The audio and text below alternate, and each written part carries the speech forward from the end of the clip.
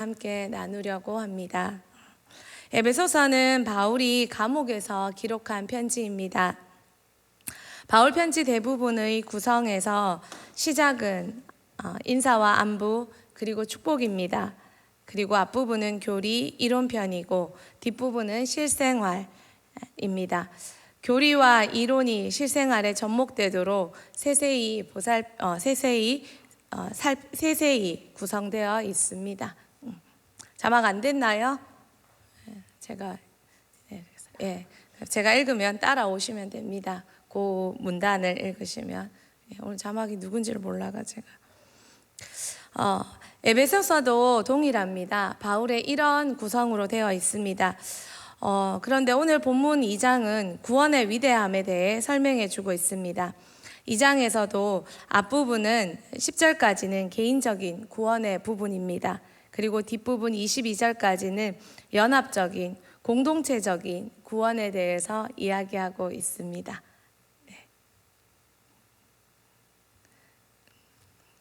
이렇게 이 문단을 읽으면 따라오면 되는 겁니다. 제가 조금 새롭게 했더니 전달이 잘 안 돼서 저희 교회는 늘 발전하고 있습니다. 이렇게 오늘 본문 2장은 앞부분은 개인적인 구원으로 뒷부분은 연합적인 구원으로 나타나고 있습니다. 그리고 3장의 교회론으로 이어집니다. 오늘 본문 2장에서 우리는 예수로 영광스러운 구원을 받았습니다. 에베소서 2장 1절 말씀 같이 한번 읽도록 하겠습니다. 그는 허물과 죄로 죽었던 너희를 살리셨도다. 아멘. 예수님으로 우리는 허물과 죄로 죽었던 우리가 살아났습니다. 이 구원이 나에게 이루어졌습니다. 그런데 이 구원이 우리에게도 이루어졌습니다. 이방인이든 유대인이든 모두에게 이제 우리가 하나님의 시민으로 권속으로 함께 교회가 되고 구원받은 우리가 함께 교회로 지어져 가고 있다는 것입니다. 구원은 지극히 개인적인 사건입니다. 그러나 구원은 공동체적인 사건이 되기도 한다는 것입니다. 우리 에베소서 2장 19절에서 22절 말씀 같이 한번 읽어보도록 하겠습니다. 그러므로 이제부터 너희는 외인도 아니요 나그네도 아니요 오직 성도들과 동일한 시민이요 하나님의 권속이라. 너희는 사도들과 선지자들의 터 위에 세우심을 입은 자라. 그리스도 예수께서 친히 모퉁이 돌이 되셨느니라. 그의 안에서 건물마다 서로 연결하여 주 안에서 성전이 되어가고 너희도 성령 안에서 하나님이 거하실 처소가 되기 위하여 그리스도 예수 안에서 함께 지어져 가느니라. 아멘. 우리 한 사람 한 사람도 교회이지만 우리 교회인 한 사람이 모일 때 더 중요한 지역 교회를 이루고 하나님의 몸된 공동체 연합적인 교회를 이루어 갑니다. 구원은 이기적이고 개인적인 나를 하나님과 또 서로 화목해 해주신 사건이 되었습니다. 우리는 절대 예수가 아니면 연합할 수 있는 존재가 못 됩니다. 예수 때문에 교회가 되었고 예수 때문에 서로 교회가 되어 지어져 가고 있습니다. 예수 때문에 공동체를 이룰 수 있는 사람이 되어가고 있습니다. 오직 예수 때문에 그렇게 되었습니다. 오늘 우리가 읽은 에베소서 2장 22절 이 본문에서 여러분과 두 가지를 살펴보려 합니다. 첫 번째입니다. 함께. 교회는 참으로 이상적인 공동체입니다.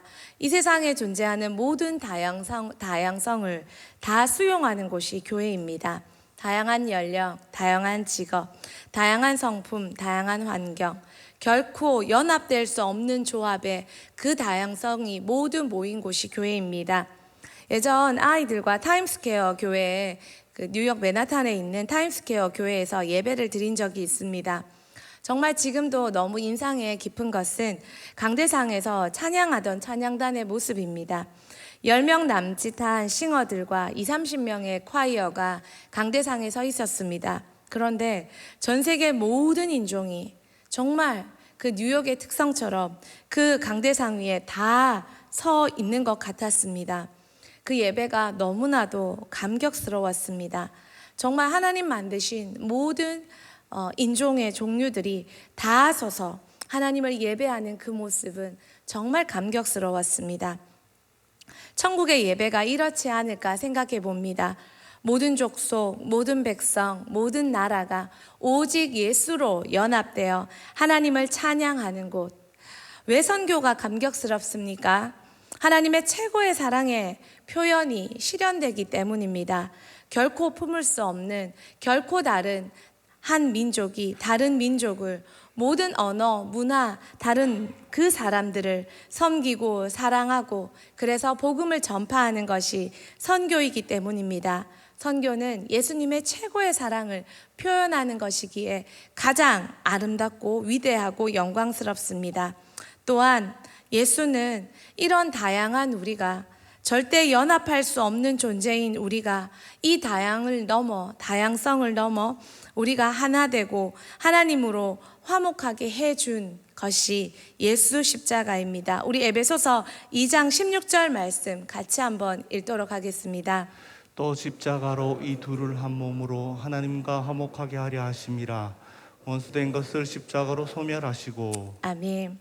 우리는 서로에게 속지 말고 착각하지 말아야 합니다. 우리는 연합하기 쉬운 존재들이 아닙니다.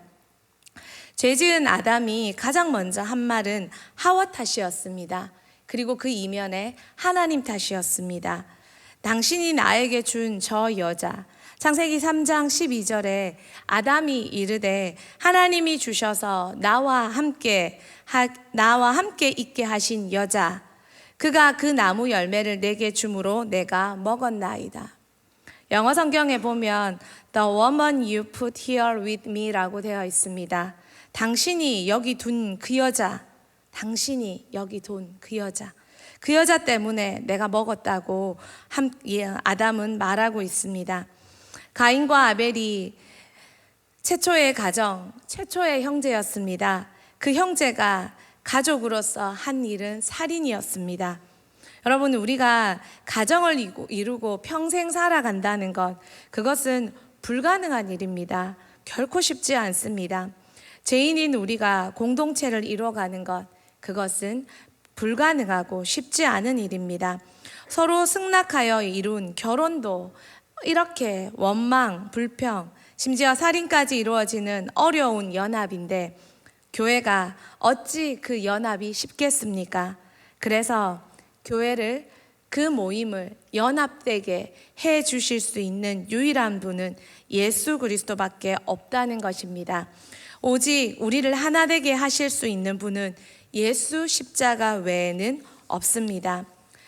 좋은 관계 맺고 싶습니까? 십자가로 가까이 오십시오. 사람들과 관계가 어렵고 어색하십니까? 십자가와 멀어지지 않았는지 살펴보십시오. 에베소서 2장 13절 말씀 우리 같이 한번 읽도록 하겠습니다. 이제는 전에 멀리 있던 너희가 그리스도 예수 안에서 그리스도의 피로 가까워졌느니라. 우리를 가까워지게 만드는 그 존재, 그 역할은 예수 피밖에 없습니다. 우리를 하나 되게 할 수 있는 것 십자가 외에 없습니다. 에베소서 2장 16절에 쉬운 성경으로 이렇게 말하고 있습니다. 예수 그리스도는 십자가에 달려 죽으심으로 이방인과 유대인과 이방인 사이에 가로막힌 미움의 벽을 허물어뜨리셨습니다. 이 둘을 하나가 되게 함으로써 이 둘 모두 하나님과 화목게 되기를 바라셨습니다.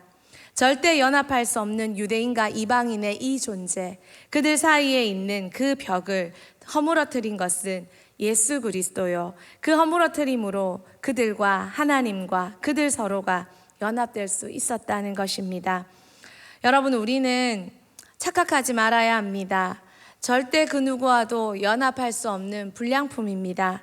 이 불량품인 우리가 예수 피가 닿을 때, 십자가와 가까워질 때 너와 내가 이해하게 되고 용납하게 되고 급기야 연합되어 한 교회를 이룰 수 있는 놀라운 기적, 그거는 십자가 때문입니다.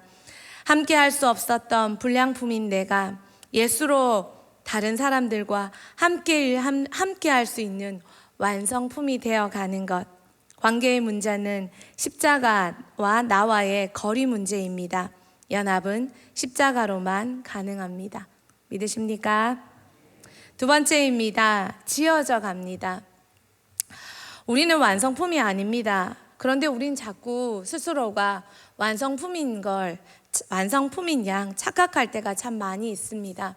그래서 누가 나에게 뭐라고 말하면 참 듣기 싫습니다.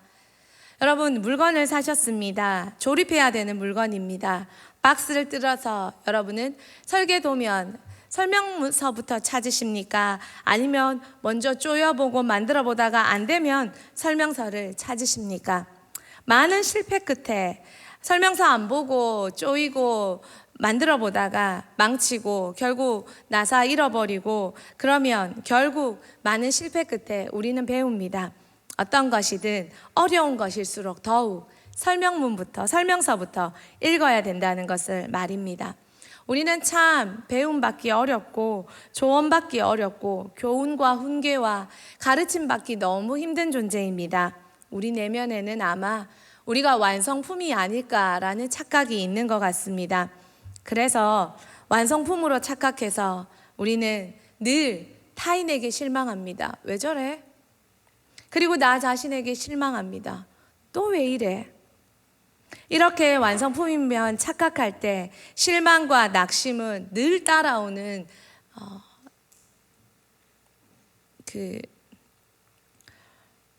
부작용입니다. 예. 그리고 둘째는 교만하여 절대 배우지 못하는, 성장치 못하는 사람이 됩니다. 사람이 언제부터 매력을 잃어버립니까? 언제부터 사람이 아름답지 못하고 이상해져 갑니까? 배우지 못하는 순간부터 그렇습니다. 배우지 못하는 순간은 굳은 마음이요, 굳은 자요, 듣지 못하는 자, 생명력을 잃어버린 상태이기 때문입니다. 우리는 일평생 지어져 가는 존재, 되어져 가는 존재, 그런 존재입니다. 성경은 이것을 너무 잘 말해주고 있습니다. 오늘 본문에서 말해주었지만 우리 한 번 더 에베소서 2장 22절 말씀 같이 한 번 더 읽겠습니다. 너희도 성령 안에서 하나님이 거하실 처소가 되기 위하여 그리스도 예수 안에서 함께 지어져 가느니라. 함께 지어져 가느니라. 예수님을 믿어서 우리는 의인이다. 의에 이르는 칭의, 너희 의인이다. 예수 믿어서 칭의를 이룹니다. 의인이 됩니다. 그러나 그 순간 완성이 아니라 그 순간부터 우리는 천국 가는 그날까지 성화되어져 가는, 성장해 가는 사명을 이루어 갑니다. 그 과정이 성화이고 중요한 우리의 사명입니다. 하나님의 형상이 회복되고 예수님을 닮아가는 과정을 밟아가는 것입니다. 코케이우스라는 신학자가 이렇게 말했습니다. 우리 같이 한번 읽어보도록 하겠습니다. 성화의 영이 없는 곳에는 지성의 흑암이 의지의 사악함이 있을 수밖에 없다. 네, 성화의 영이 없는 곳에는 지성의 암흑, 의지의 사악함 모두 타락하니까요. 그것이 있을 수밖에 없다라고 말합니다. 예수로 칭의되셨습니까? 그 순간부터 지금도, 과거도 지금도 앞으로도 우리는 예수 그리스도를 닮아가기 위해 계속 전진해야 하는 존재들이라는 것입니다. 하나님은 전 인류가 아니라 예수로 구원받고 의인이라 칭함받는 그 성도들에게만 성화의 과정을, 성화의 은혜를 허락하셨습니다. 성화는 인간 행위의 개선, 마인드 컨트롤, 또한 자기 개발서가 아닙니다. 성화는 전인격적인 변화입니다. 하나님에 의해 하나님의 성전인 우리의 몸과 마음과 영혼까지 점점 더 성장해가고 변화되어져 가는 놀라운 과정이라는 것입니다. 하이데거라는 신학자가 이렇게 말했습니다. 제가 한번 읽어볼까요? 하나님은 사람과 그의 오염된 본성을 거룩하게 만드는데 아무에게나 그러지 않고 오로지 선택되고 소명되고 칭의된 사람만 성화한다. 그리고 하나님은 선택되고 칭의된 자를 전인적으로, 전체적으로 몸과 마음과 영혼을 성화시킨다. 여러분, 지금 이 순간 오늘도 여러분 성화되어 가고 계십니까? 성장하고 계십니까? 예수님 닮은, 하나님 형상 닮은, 오염에서 하나님 형상 닮은 모습으로 어제보다 오늘 더 많이, 변화되어져 가고 있습니까? 성화는 구원받은 우리에게 주신 특권이자 사명이요, 하나님의 형상을 이루어가는 생애 최고의 과정인 것입니다. 성도는 변화되고 싶은 깊은 갈망을 가집니다. 성도를 성화하고자 하시는 하나님의 의지입니다. 그래서 바울도요, 성도가 하나님의 형상을 이루도록 자신이 끝까지 최고의 수고를 한다고 말합니다. 갈라디아서 4장 19절 말씀 우리 같이 한번 읽어보도록 하겠습니다. 나의 자녀들아, 너희 속에 그리스도의 형상을 이루기까지 다시 너희를 위하여 해산하는 수고를 하노니. 이 말씀 띄워주세요. 자녀들아, 너희 속에 그리스도의 형상을 이루기까지 성화지요. 칭의, 구원받는 것, 그것이 아니라 바울은 이제 또 수고하는데 너희가 하나님의 형상을 이루는 성화되는 것을 위해서도 다시 너희를 위해 해산하는 수고를 해주고 있다는 것입니다. 철이철을 날카롭게 만들고 서로가 서로의 성화의 과정을 돕고 공동체로, 교회로 이루어져 가는 것, 네 때문이 아니라 그 때문에 아파하는 나를 발견함으로 우리는 아직도 성화되지 못한 나의 연약한 부분을 발견하게 되므로 네 때문에 아니라 당신으로 인해 나의 연약함을 발견하게 되었습니다. 고맙습니다. 당신은 하나님이 나에게 보내신 성화의 최고의 선물입니다. 라고 고백할 수 있는 곳이 교회요, 이 진리를 깨달은 자입니다. 아멘이십니까? 구원만을 위한 수고가 아니라 성화되어져 감을 위한 수고도 최고의 영혼 사역자인 바울은 성도를 위해 해산하는 수고로서 섬겼습니다.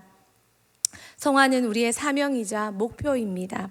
아이들을 왜 그토록 가르치기 위해 애쓰고 용쓰고 잔소리라 불리는 그 많은 훈계와 교훈과 책망과 가르침을 해갑니까? 그들이 성장하는, 성숙해가는, 성화되어져 가는 과정을 돕기 때문입니다. 아이들만요, 우리 서로요. 우리는 아이들을 통해, 아이들은 우리를 통해, 우리 서로를 통해 말입니다. 불량품이 예수로 완성품이 되어가는 과정, 우리 함께 만들고 있습니다. 우리 함께 서로 만들어져 가고 있습니다. 하나님의 형상이 회복되도록 함께 성전이 되어 가고 있습니다. 완성품이 절대 아닙니다. 우리는 지금도 만들어져 가는, 완성되어져 가는 과정을 겪고 있는 사람들입니다. 그렇다고 불량품도 절대 아닙니다. 이미 예수로 우리는 완성의 과정을 걸어가고 있는 멋진 완성품이 될 멋진 과정을 거치는 기대되는 존재라는 것입니다. 그러십니까? 대흥교회 건축팀이 8차에 걸쳐 모이고 있습니다. 계획하고 있고 더 나음을 위해 정말 멋지게 기도하고 회의하시고 하시는 모습을 보면 참 감동이 되어져 갑니다. 그리고 많은 분들이 기도해 주셔서 정말 더 나은, 더 멋진, 최선의, 완벽할 수는 없지만 최선의 것, 지금이 아니라 앞으로 다음 세대, 그리고 모든 세대, 전 연령이 더 잘 사용할 수 있는 공간을 기도하며 함께 고민하며 나아가는 모습이 아름답습니다. 그런데 선정 건축팀이 모여 건축을 하고 성도들이 기도함으로 이루어지는 것이 아니라 성전 건축은 이미 예수의 형상을 향해 나아가고 있는 당신과 내 속에 이미 진행되고 있다는 것을 알게 되었습니다. 최고의 성전 건축이 건축팀, 이 건물을 통해 이루어지는 것이 아니라 저와 여러분의 하나님을 향한 형상의 지음을 통해 최고의 건축이 우리 안에 먼저 이루어지도록 함께 나아가는 우리가 되기를 소망합니다. 불량품입니까? 아니요. 우리 함께 서로 완성품이 되고 있습니다. 지어져 가고 있습니다. 최고의 대흥교회에 지어져 가는 건축, 저와 여러분을 통해 이루어질 줄 믿습니다.